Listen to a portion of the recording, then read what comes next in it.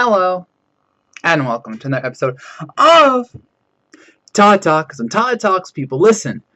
Hopefully. We are here today to talk about the reaction to Balrog versus TJ combo. But first, a word from our sponsor, me! If you saw my preview video, you saw that I have a Kickstarter going on for a comic book I'm writing called 10,000 miles, and I can happily say at the time of this posting we are just over 50% funded, but that doesn't mean we can stop. We have to keep pushing. We have to get that other 50%, and every pledge matters. If you like digital comics, if you like physical comics, if you are an artist and want to have your work published, we have a reward for that. If you want to be drawn to the comic, we have a reward for that. 10,000 Miles is a 72-page graphic novel about two kids wanting to dig their way to China.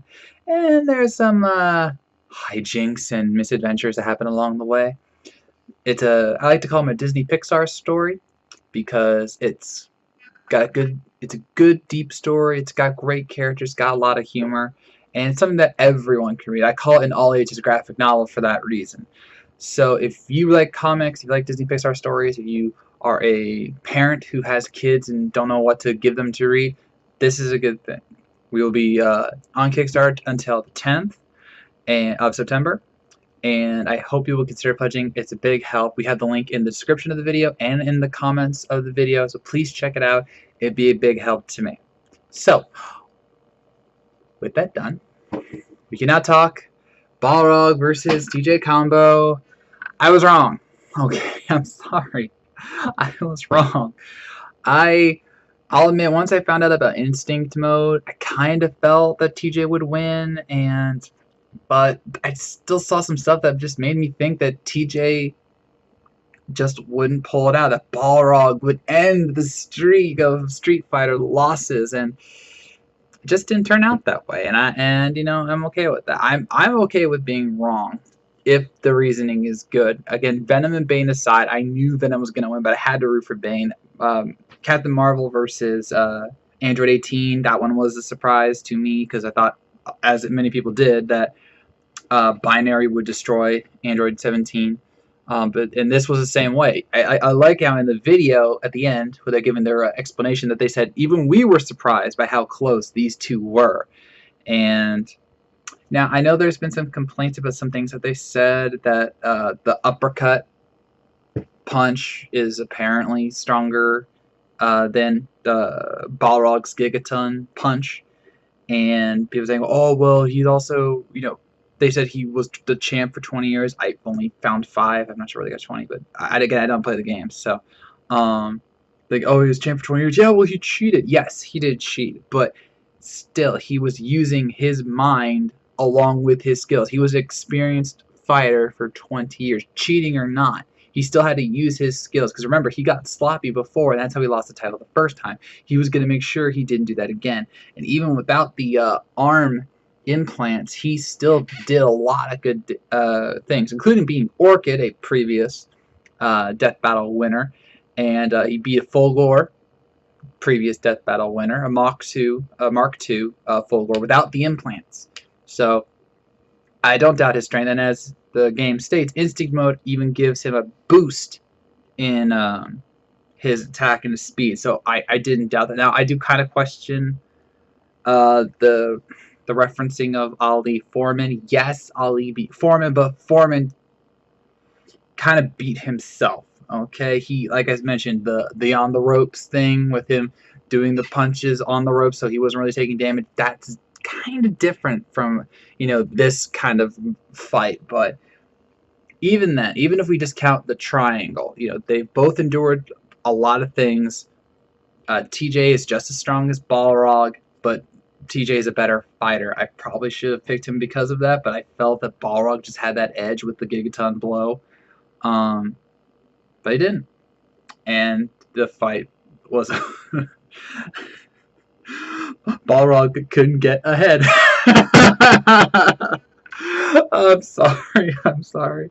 Oh gosh, that fight. Okay, I'll be completely honest.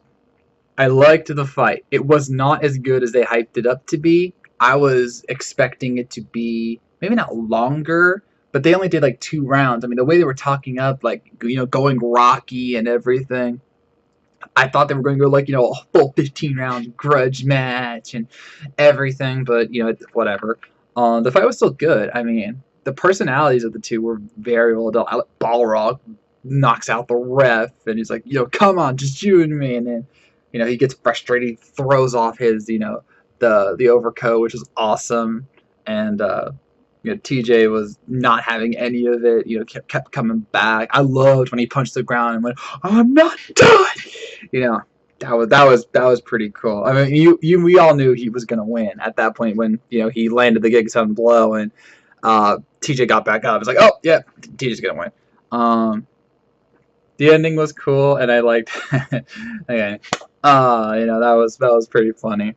Yeah, it was a good fight. I mean, I know some people are complaining about this season because after a lot of people think that after Voltron Megazord, that a lot of the fights have been either subpar or very niche, and to a degree, I can agree with that because I had no idea who Port Gastiers or Natsu Dragneel were. I don't watch Fairy Tail or One Piece. Glacius Sub-Zero. Yeah, that was pretty good. I know, but again, if you don't like fighting games, you don't care about them. You know, Captain Marvel Android 18. I think it's a little bit broader because it's Marvel and DBZ. Metal Sonic Zero. That's, you know, that's video game fans. Redemon versus Lucario. I think that was a good match. I know people hated that matchup, but that was a good matchup. Come on, and it's Pokemon Digimon. It's cool. It's probably the last one we're ever gonna get because outside of, you know, Red and Ty's Digimon, you know, barring someone else magically arriving, I honestly wouldn't know who. I would not know who to put in another Pokemon Digimon Death Battle because those matchups were the ones that, you know, you kind of thought about. And then obviously we got, you know, Balrog versus TJ Combo, which is a fighting game, and now we're getting Shredder versus Silver Samurai. Yeah. I'm happy. I'm happy with that. Okay, I'll be honest. I did not see this coming. Shredder, fun fact, was not long considered.